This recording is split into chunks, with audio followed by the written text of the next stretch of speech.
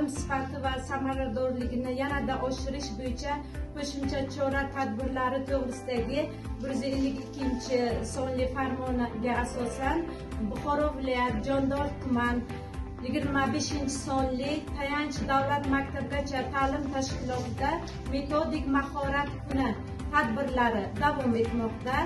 Jondor tuman maktabgacha ta'lim tashkiloti barcha direktor o'rinbosarlari bu metodik mahoratlarimizga faol ishtirok etyapmiz. Bu metodik mahoratlar kunida biz STEM ta'lim texnologiyalarini, inklyuziv bolalar bilan ishlashni, bu metodik mahorat kunlarida yanada o'z bilimlarimizni, mahoratlarimizni oshirib bormoqdamiz.